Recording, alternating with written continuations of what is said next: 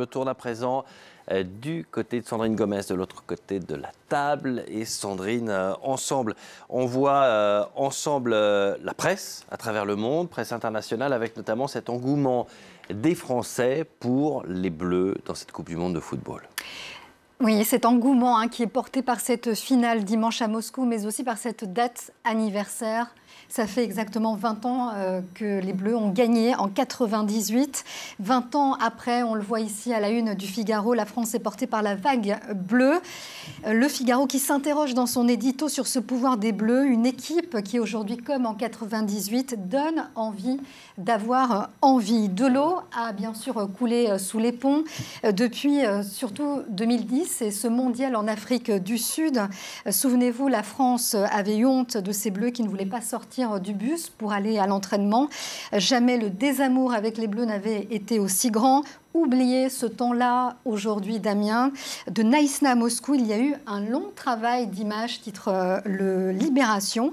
Et c'est Seguir Lazri, un sociologue qui travaille sur la vulnérabilité des athlètes qui signe cet article.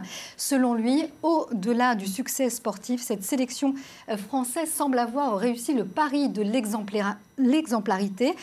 Il y a bien sûr ces échanges sympathiques avec le public, mais il y a aussi une certaine sobriété dans les coupes de cheveux. Oui, ces joueurs montrent une image qui est bien éloignée de celle de 2010. Et tout cela a une explication. Eh bien, il y a notamment un bouleversement organisationnel au sein de la Fédération française de football qui a été dans l'obligation de redéfinir un peu cette image de la sélection. La pression a été mise sur le comportement de ces joueurs. En 2013, il y a eu aussi l'obligation de mettre une charte d'exemplarité dans toutes les chambres des sélectionnés. Et puis, il y a aussi le bagage social des joueurs qui est différent. Il y a, par exemple, Hugo Lloris, qui est fils de banquier et d'avocate. Raphaël Varane, nous dit-on, est fils de prof d'anglais. Ou encore Kylian Mbappé, qui, lui, est fils de sportif de haut niveau et aussi d'éducateur. Alors, de l'eau a coulé sous les ponts en 20 ans, en termes de communication pour les footballeurs, mais pas seulement, la communication présidentielle aussi a changé. Oui, c'est le journal Les Échos qui s'intéresse dans son édito à cette retenue d'Emmanuel Macron aujourd'hui, qui tranche avec l'enthousiasme d'un Jacques Chirac en 98.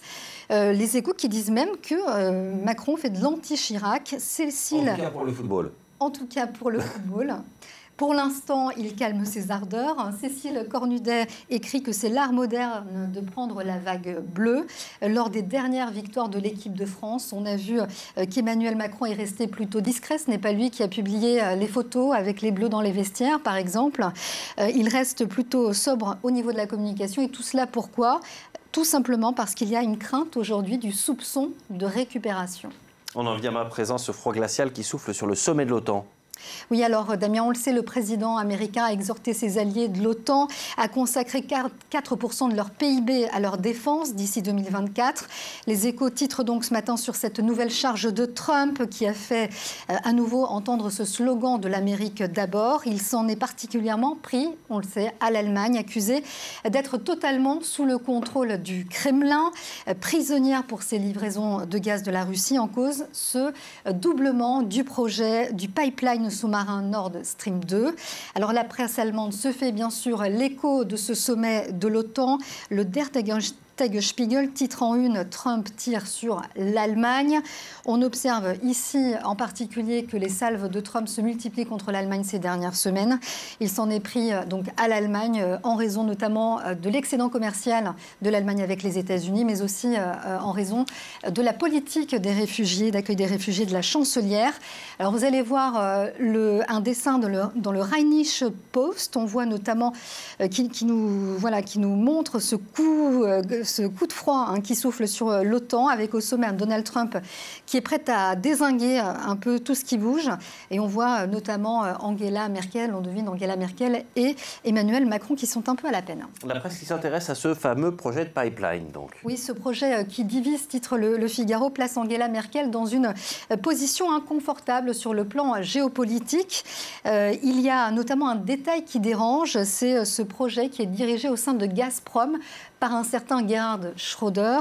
C'est un ancien chancelier. Il est ami de Vladimir Poutine. Et il a aussi installé ce soupçon de l'influence grandissante du Kremlin sur la politique allemande. L'objectif de Trump, c'est donc de faire échouer ce projet au nom de la cohérence des sanctions imposées par les Européens aux Russes depuis l'annexion de la Crimée. Un objectif de Donald Trump qui est soutenu aujourd'hui par le Wall Street Journal. Dans son édito, il estime que le président américain a raison. Il dénonce la dépendance énergétique de Berlin envers Vladimir Poutine. Le Kremlin espère en effet, je cite le journal, augmenter la dépendance de l'Allemagne et de l'Europe vis-à-vis du gaz russe, tout en privant l'Ukraine et d'autres États des frais de transit que la Russie doit payer pour utiliser les gazoducs traditionnels. Très rapidement, dans la presse aussi des nouvelles des enfants secourus en Thaïlande dans cette grotte. Oui, ces 12 enfants et leurs adolescents vont bien. Ce que l'on sait aujourd'hui, c'est que cette histoire qui a connu un happy end malgré la mort de ce plongeur d'élite thaïlandais en tentant d'apporter de l'oxygène, eh bien, cette histoire, elle va avoir une suite, elle va continuer à être racontée d'une autre façon puisque l'entrée de la grotte va devenir un musée, ça va être une destination touristique. Et c'est aussi The Nation qui nous raconte ça ce matin, un journal thaïlandais. Et puis, cette histoire sera aussi portée à l'écran par une société de production c'est déjà vendu. Voilà, hollywoodienne. C'est Pureflix, c'est une société de production évangélique qui va porter cette histoire à l'écran. On se doutait forcément que ça finirait en film. Merci beaucoup Sandrine Gomez pour cette revue de presse. Merci à vous de suivre Paris Direct. On se retrouve dans un instant, notamment en compagnie de nos reporters de retour de Centrafrique. À tout de suite.